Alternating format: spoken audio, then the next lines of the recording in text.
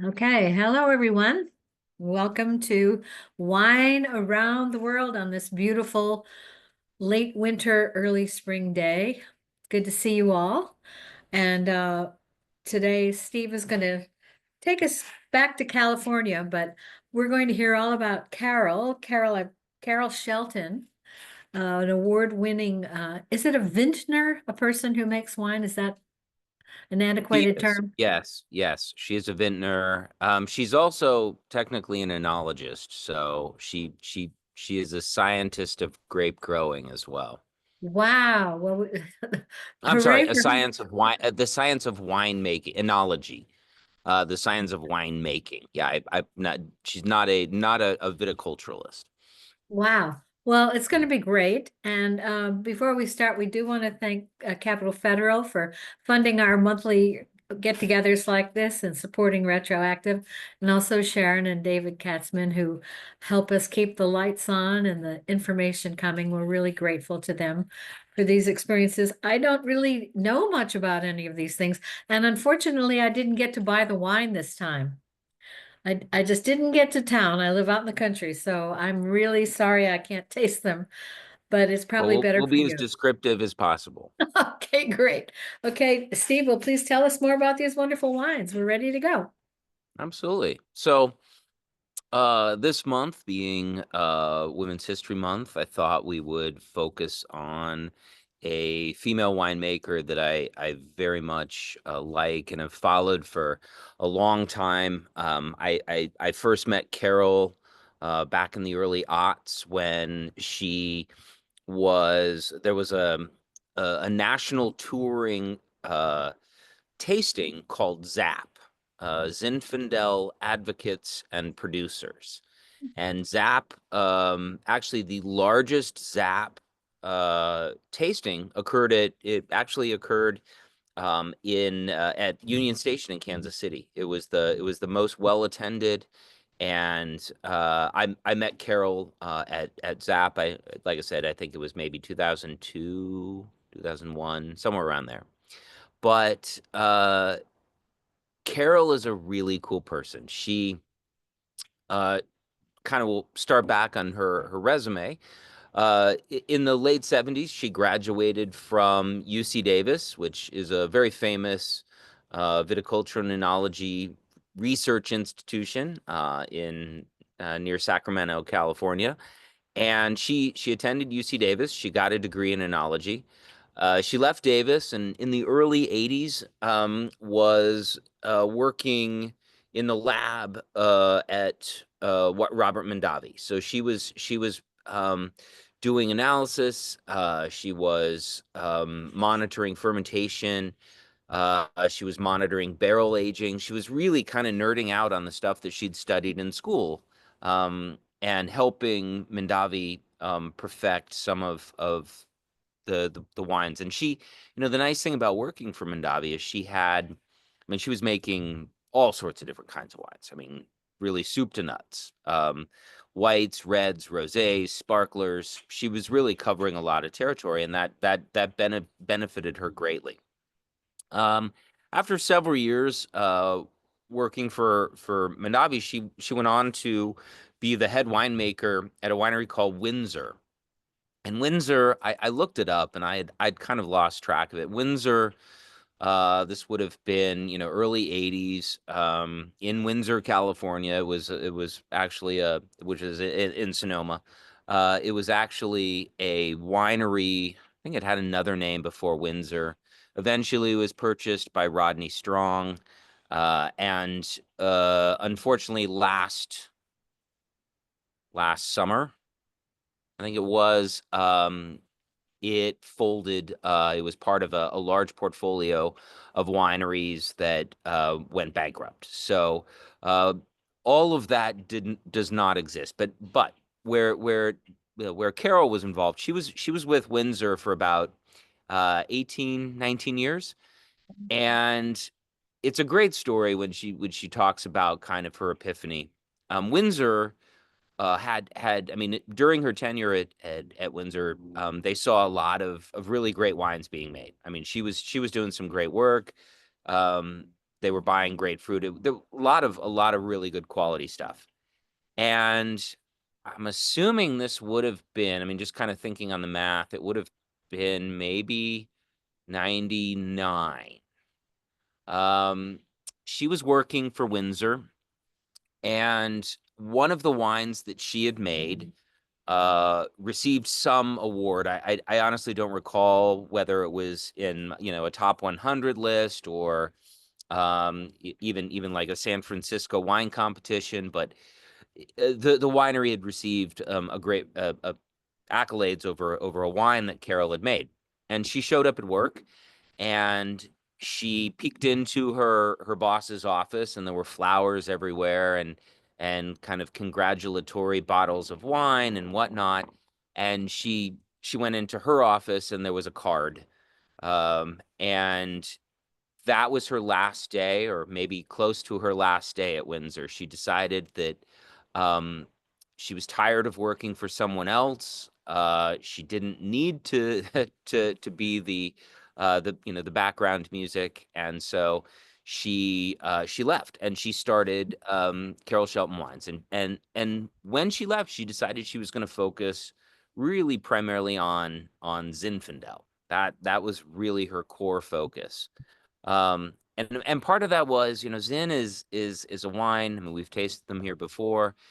Zin is a wine that really has a connection to California. I mean, modern day Zin does. And she had really fallen in love with this grape because she'd had access to working with people who were, you know, had vineyards that were 100+ years old, centenarian vineyards, heritage vineyards. And she really, I mean, she was one of the things that she adamantly believes in, and most good winemakers do, is wine is made in the vineyard. So, you know, the quality of the wine is determined by the quality of the fruit that goes into the wine. And Zinfandel was one of those things where there were just so many. I mean, she loved kind of ferreting out these people. Actually, I'll before we get on, another funny story. She was like I said, she was always trying to track down some really cool vineyard sources, and it's been a number of years. She used to actually come to my wine shop every year, every other year. She no longer does that. Unfortunately, the rash of fires late in the 18, 19, 20 kind of did affect her. She lost her house, and so she doesn't leave Sonoma much these days. But nonetheless, she was paying us a visit, and she was sharing a funny story. She had brought a just released a wine. It was a Cabernet Sauvignon from I think it was from Mendocino, and she was very happy about it. And her husband was traveling with her, and I was chatting with him, and he said, you know, there's a funny story. She found out about this vineyard, and it's a guy that I knew kind of through a friend, but he his main business was not actually grapes. He was a farmer of other things. And so whenever they would go visit, they would have to call first. You never want to show up to somebody who might not be wanting company. But you'd have to call first because he had constructed, there was a stream that if you crossed it in the wrong way, your car would bottom out and you wouldn't be able to continue. But she was determined to get this guy. He grew some Cabernet that had been there for I think 50 years. It was an old planting, and she was willing to risk life and limb to go to this alternative farmer in Mendocino to track down some Zin. But that was her love. And I will say the Zin. I mean the Cabernet. Cabernet was spectacular. She was right on. I think she only did it once or twice from that vineyard, but that just kind of, you know, speaks to her love of tracking down these really cool, interesting, well cared for. She's not overly into organics where it's exclusive, but most of the vineyards that she is sourcing from are at the very least sustainably farmed, but often organically farmed as well, just because it's a quality thing. Um, the people growing the grapes really put a lot of effort into to meticulously cultivating these vineyards, and the wines show that. So anyway, Carol has since 2000 has had her own label. Today, if you add in all of her time at Windsor, she is the most award-winning female winemaker in California. She has been named winemaker of the year by a lot of public Wine Spectator, Wine Enthusiast, Wine Advocate. They've all tipped their hat to her as a winemaker, and uh, she really, I mean, uh, she's a wonderful person. If you've ever met her, I would be surprised if she's even 5 foot tall. But a powerhouse of a personality. Oddly, her husband is like 7'5". I mean, he's huge.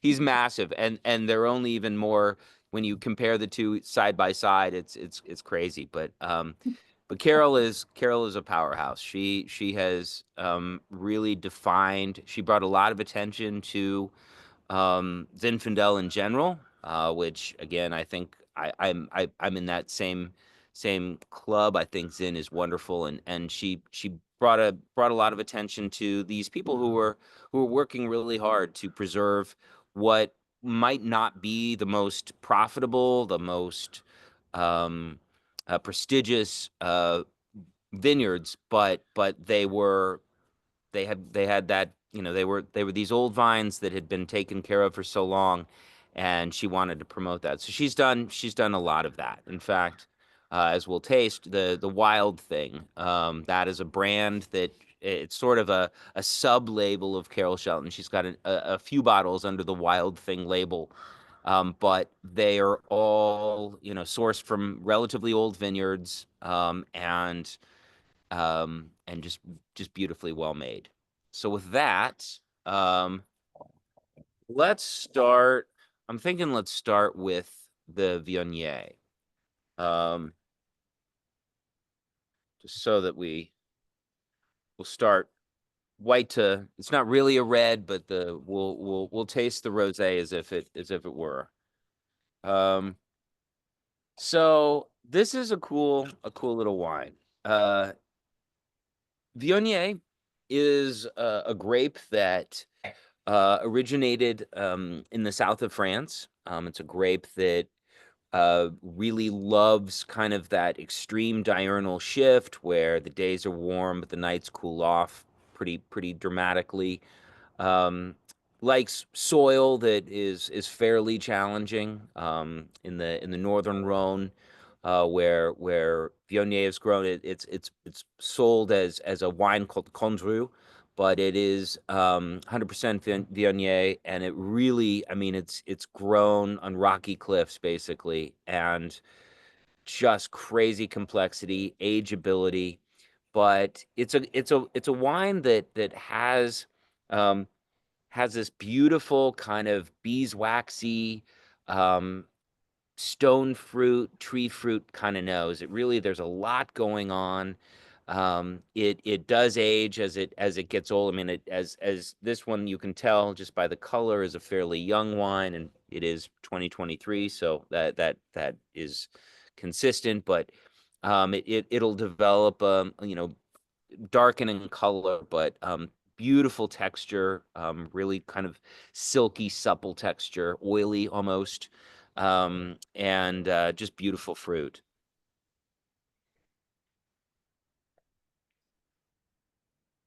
Yeah, so this location that she found is a guy and his son who have a vineyard planted to Viognier in Placer County. Placer is Uh, in Northern California. It's one of the old gold mining. I mean, it is gold mining country.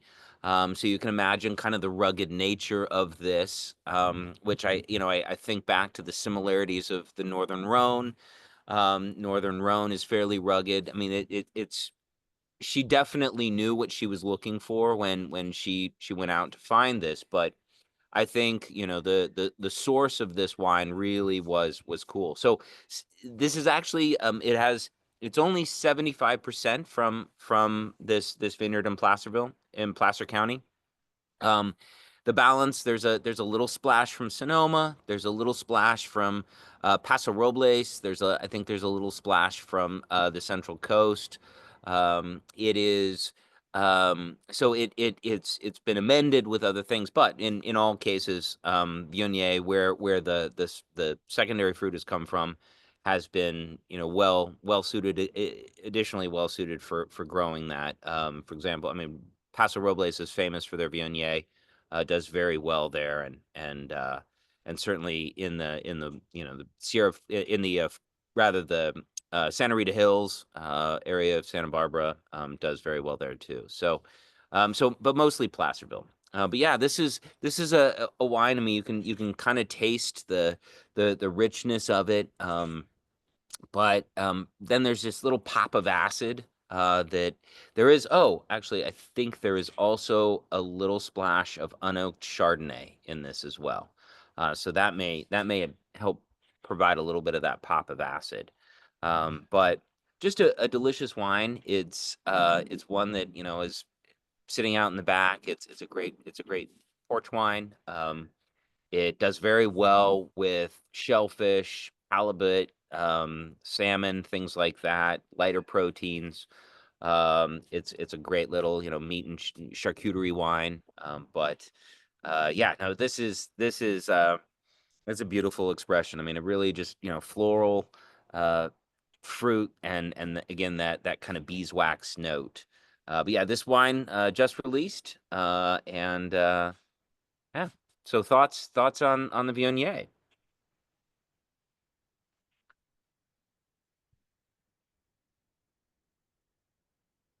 Anyone? Nancy, you look like you want to say something. Well, if that's Eh, okay. If there are no There's thoughts, we can go on to the next one.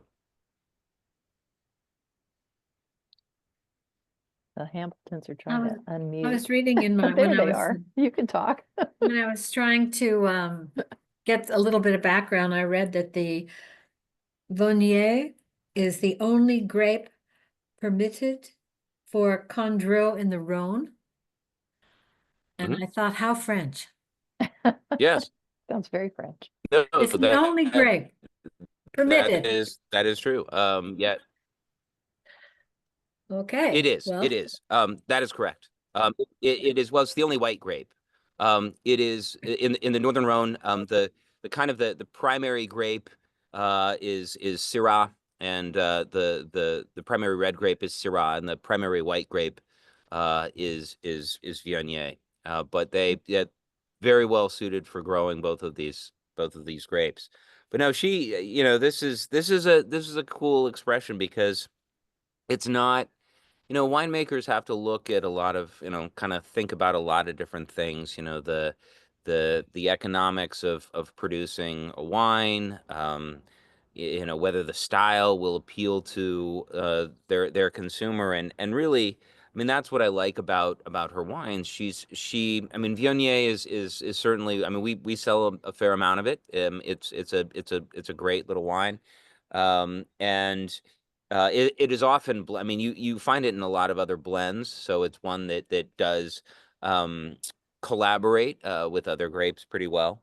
Chenin Blanc, for example, Chenin Blanc Viognier is often blended together. But it is, you know, the nice thing about this, I mean, because it is Carol, it's focusing on, you know, she wants to draw attention to something that, you know, is a great expression of a grape that's suited to where it's grown. And um I think that's her Wild Thing line. They're all kind of wines that could be forgotten but shouldn't be. And I like that. I like that very much. Well, So if there are no more oh, go ahead. the rosé that's from Mendocino, is Mendocino considered to be like the premier region, or is Amador County and in the Sierras, the No, major area for Zinfandel, or just talk. So yeah, the kind of the story behind Zinn is it it was benefited by the gold rush. And so as you follow the Sierra Nevadas, kind of down a little bit north of, well, maybe an hour's drive north of Sacramento, and you follow it down, you come across all of the, I mean, the gold miners back in the days planted these vineyards. And so yeah, Amador, the Sierra foothills, Amador County, Mendocino, most certainly. Mendocino was sort of different.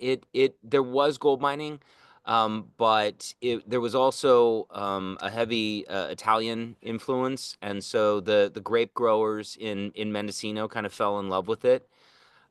So but you know, Zinn needs to be in a place where, one, the climate is well suited, but also, um, you know, eh, the nice thing, I guess, about places like Amador and Mendocino is, um, you know, if you were in Napa Valley, you very well might rip out your Zinfandel vines to replant them to cab, because that would get you more money. And the nice thing about where Zinn, you know, ended up is that those areas um, almost became known for Zinn. So the popularity, I mean, Amador definitely makes a lot of different wines, but Zinfandel and Syrah, Cabernet too, but Zinn and Syrah from Amador are just outstanding. And that just is really, you know, it's nice that there's not competition for the vineyard space.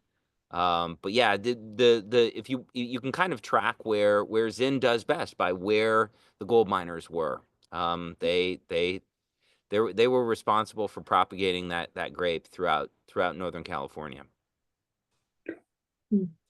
You mentioned earlier bankruptcy of one of the wineries. What are the tariffs going to do to both the exporters and the importers? And what are you guys, as the sellers of wine, worrying about most? That's a great question, because you may have seen today the latest proposal is a 200% tariff on European wine and spirits. Wow. And that is, we had some funny jokes today among our colleagues. We were I one of my one of my reps texted and asked me whether I wanted to buy a $400 case of a wine called Rosé All Day, that is, you know, maybe a $12 bottle normally. But I said, yeah, I will take your $400 case of rosé, and I'll trade you a case and a half of Modelo Especial, because that's also gonna actually, and quite Mexican. honestly, Mexican beer is probably gonna be the first casualty, because that is something that you can't. I mean, our industry learned a lot in 2016. A lot of people went out of business in 2016, and a lot of American businesses went out of business, but a number of French businesses that I used to work with no longer exist. But uh, it's going to be interesting, and we don't, because we did learn the lesson the last time. You know, really, a lot of product has been moving stateside since the election was decided. Mm. And so there you know, there is somewhat of a backdrop, a backstop rather. Um, but at the same time, right now, you know, there's a lot of wine that just got released from wineries in Europe. I mean, the spring and the fall is when wineries in the Northern Hemisphere release their wine. And so I'm certain that there's a lot of stuff that's over there that has not been, you know, that hasn't left port. So yeah. And when that happens, the consumer will see those prices. They're just, I mean, the reason, unfortunately, a lot of businesses went out of business last time is because there wasn't a 25, percent margin cushion in their business plan. It didn't exist. And so, what happened last time was actually, I can't say whether one is better than the other, but last time it was very damaging because the rules were changed while the rules were changed, and the change went effect immediately. So normally when there is an adjustment in tariff, the policy is that whatever the tariff was when the ship left port. So let's say, a ship leaves a consolidation warehouse in Italy, the tariff is set at that point. And in 2016, that was not the case. There was no exception made. And so producers had boats in the middle of the ocean filled with containers that when they arrived in port in New Jersey were 25% more expensive, just getting off the boat. So in fact, I have a bottle. There's a popular, a delicious wine. There's a popular bottle of champagne from the Louis Roederer called Cristal, and I have a bottle in my cooler of Cristal from the 16 to 20 year vintage. I mean, during that time was acquired that I probably will have to drink myself because with the tariff added, it doubled the price to about $600. Wow. And I can buy Cristal today for much less, although I don't know for how long.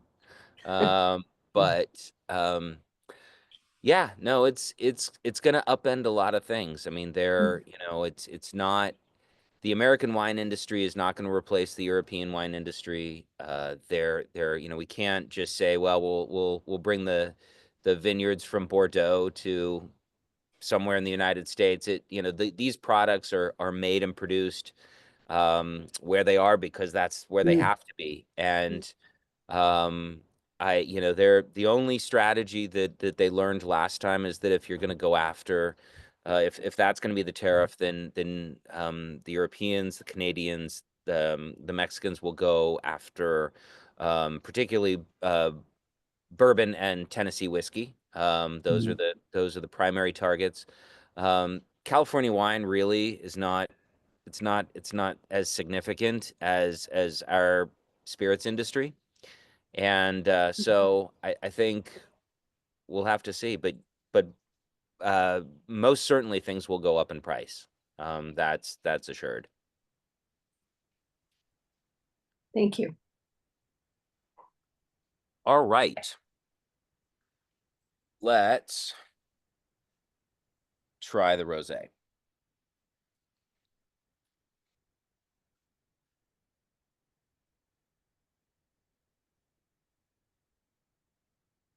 So, a big fan of rosé.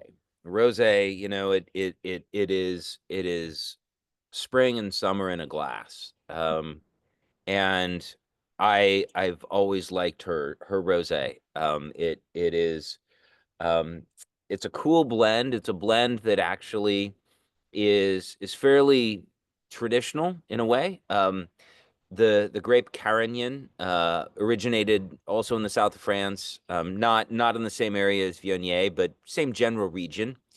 And it is often grown with, like these old heritage vineyard sites that have a lot of Zinfandel often will have Carignan growing in and among the Zin. It was just a grape that collaborated well and often, showed up in the same place. So she I'm assuming had discovered a couple of these older vineyard sites that did have some Carignan because it does beautiful things. Carignan is a grape, real bright acidity, real kind of tart red fruit, cherries, raspberries.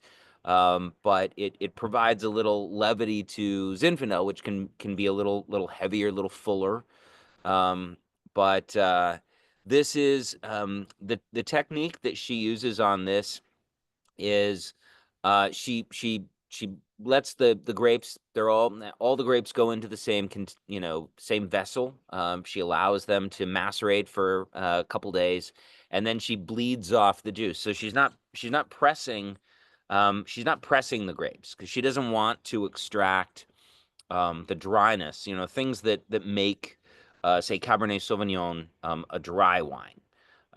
That is derived largely from the stems, the skins, and the seeds of the grape.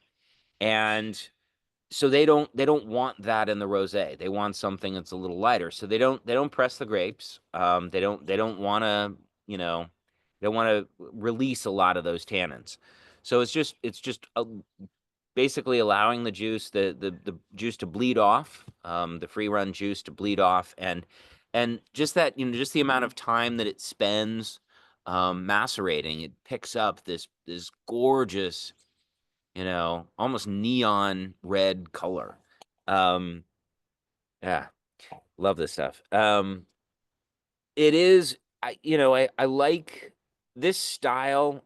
There's a southern, again, back to southern France. There's a style of wine called Tavel that has this dark color, and for the same reason, extended skin contact. A lot of rosés, the red grapes are removed pretty quickly, even within hours of being crushed or pressed, and so that's why you get more of that kind of that anywhere from salmon color to kind of that light rose glass color. But this is definitely has that I mean, it's just like neon.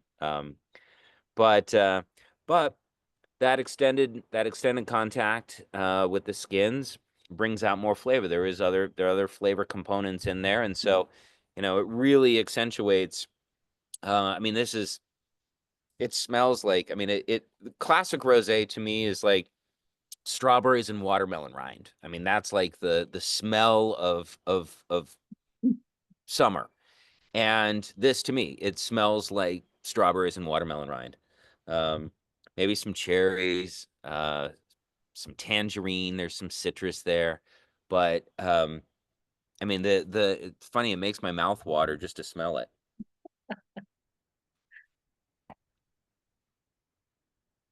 Yeah. I mean, you can taste there's a little bitter edge on the back.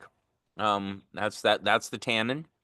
So you can taste that it did spend a little more time there.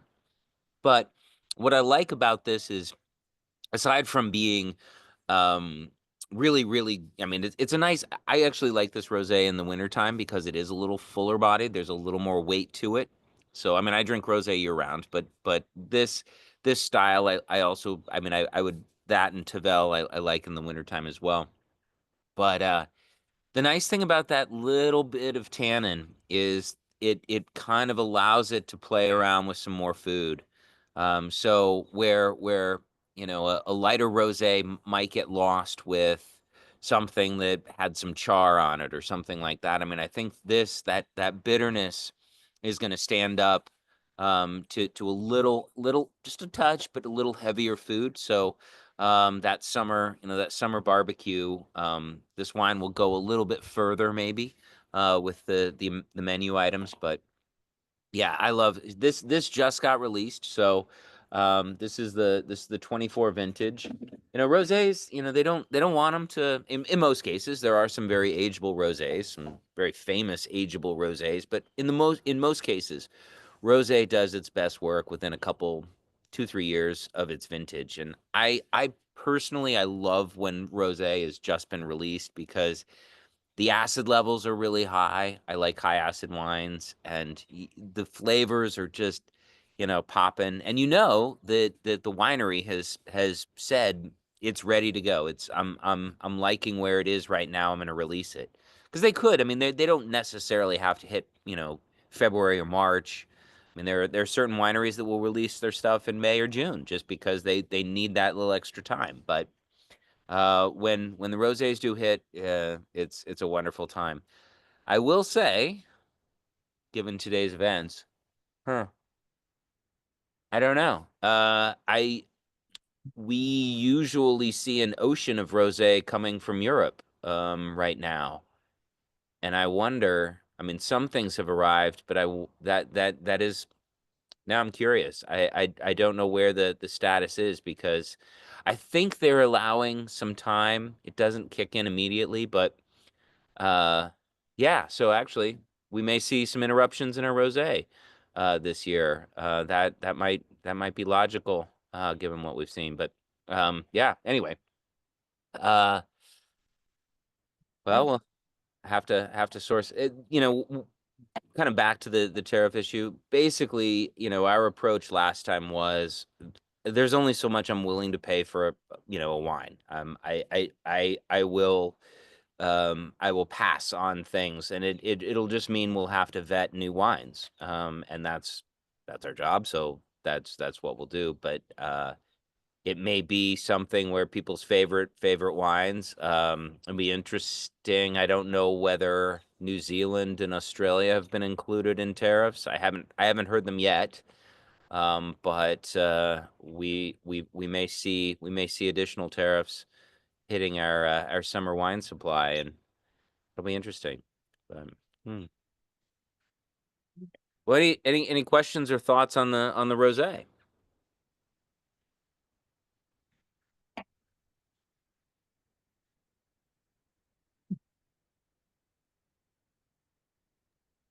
It seems to me when we first tasted it, we really got the tannins at the back end. And Mm-hmm. then after we actually did the rosé first and then went to the Wigner. We weren't supposed to. But then found that the rosé just really leveled out and was nice and smooth. And I don't really Yeah. taste the tannins so much now. I would agree. My first sip or two, I noticed it more, and I do notice it less. I mean, that's kind of what tannins do. I mean, they literally dehydrate your tongue a little bit, and so it's almost it should probably dull a few things as the more we drink it, but the acid keeps that brightness, so you continue tasting that. You're still salivating, so your tongue is kind of refreshing itself. But yeah, I will agree. I don't notice the tannins as much after having maybe half glass of this. But yeah, I will tell you, rosé, particularly this style. I mean, this style, like I said, it goes with a lot of things. Lighter rosés, I generally focus on things that are lighter in style. So fish, maybe shrimp or something, shellfish, something like that. But this is kind of a wine that, you could probably have this with barbecue and it would still stand up to it.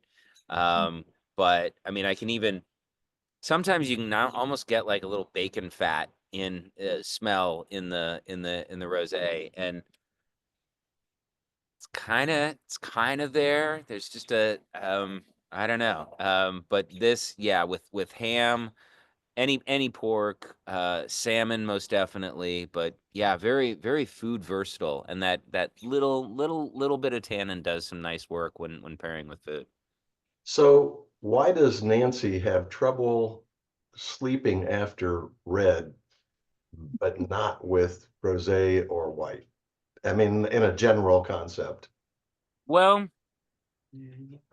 it's hard to say specifically. However, alcohol in general does affect our sleep. And typically whites and rosés would have less alcohol. Not much, but there would be a lower dose, a lower ABV. But also, what makes red wine red does elevate histamine. It does. I mean, it can create more reactions in the body. And so that could also be. I mean, I find myself. I mean, I I don't. I certainly don't metabolize alcohol the way I used to.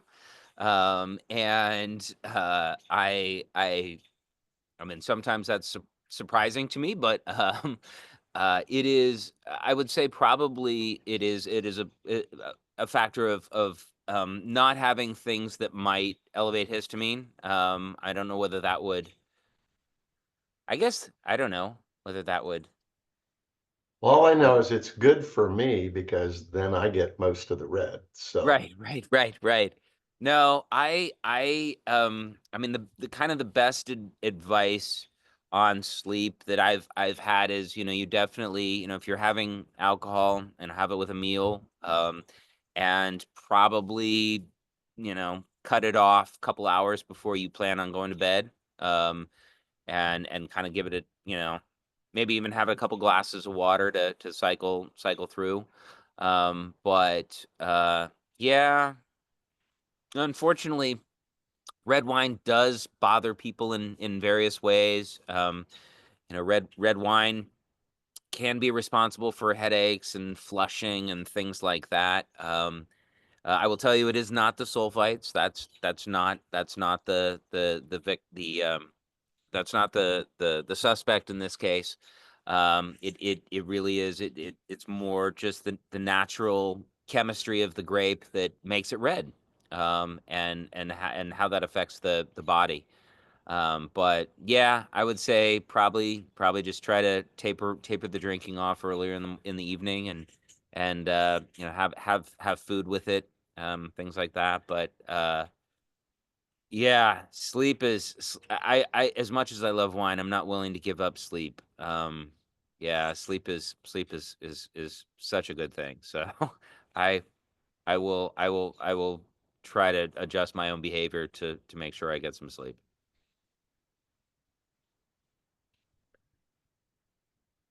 Well, any other thoughts today or any other questions on anything wine related? I can't answer much else, but Okay.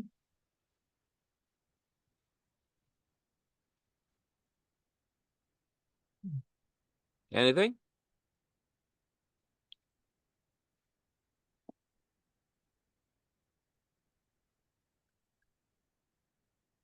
I'm looking at the chat here, see if I can get it to come up. Okay. Somebody's having the V with cod cake. Oh yeah. Yeah, that'd be Mm. delicious. Sounds Yeah, good. whitefish, whitefish, Viognier and things out of the ocean. Loves it. Yeah, I agree. In fact, probably my favorite Viognier pairing is scallops or halibut. But cod would be right up there too. Yep. Good. That's good. Yeah. Of the two, I like the rosé best, but I thought both of them had the best sense. The fruitiness of both of them was just pleasant to inhale. Yeah. But Well, I taste mean, wise, the rosé won with me. I think of the two. I mean, I love her Viognier, but no, I would agree. I think the 24 Rosé is drinking pretty well right now. And kind of, I like I said, I always food is always kind of on the mind, and like a little watermelon salad with some feta and balsamic with a glass of this. That I think that would just absolutely crush it. It would be delicious. But yeah, this is going to be a summer wine for sure. I agree. Yeah, no, definitely we'll be using this summer. How's your supply of it? Oh, good. No, that is all in a warehouse in Kansas City. Or at least most of it, that several pallets of it. So we're good in supply there. And like I said, I think with respect to tariffs, I mean, I think there's been no panic buying that we've seen thus far, and I think our distributors, again, they learned lessons the last time, so I think importers are savvier this time. So hopefully we will not see as much Mhm.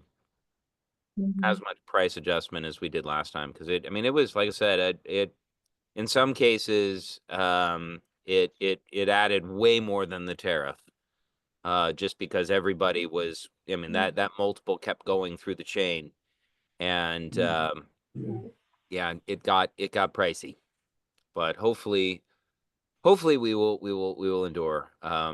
Yeah, I was joking with my business partner. I'm like, well, if it gets really bad, we'll just shut the store down and keep the supply for ourselves, uh take care of yourself, no, no, I think it'll be all right. I think we'll be all right. But yeah, the only thing that has shown up thus far is Mexican beer. That's the first. I had I had a customer come in, and we were talking about this, and she said, "So wait a minute, you're telling me that Modelo Especial is going to become bougie?" And I said, "Oh yeah, yeah, no, it will be, it'll have to be a Friday night before you crack a Modelo. It'll have to be Saturday night, it's a special occasion beer." Um, but yeah, we actually ordered a whole bunch, and it didn't come in yesterday, and so we're already starting to feel the pinch on the Mexican beer issue, but we can live without that. There are other things less we can live less with, That's right. Anyway. Well, any other questions today? They look very happy. Yeah. Nice. Steve, It must be Thank wonderful. you. Is that the one that's the wild thing? Which Is that one? what it's called? Yeah, the rosé. Yes. Yeah, yeah. Wild Thing. That was a great song back in the day. I You think make my heart sing. You make everything groovy. Wild Thing. Didn't take one. Well, thank you so much. I guess we're done for today, but No worries. I appreciate y'all showing up. And if I can get my act together, I'll try to get to town and get the last bottle of Wild Thing because I'd sure like to try it. We'll have it I think it'll be here at least through the summer. Okay, great. Well, thank you so Yeah. much. And thank you, Thank you. everybody, for coming. We'll see you next month. I do not know what delight Steve will have for us, but I'm sure it'll be wonderful, and we'll look forward to that. And thanks for being here. Enjoy the last of your bottle of Wild Thing in the Vognier, and I'll see you next time. Okay?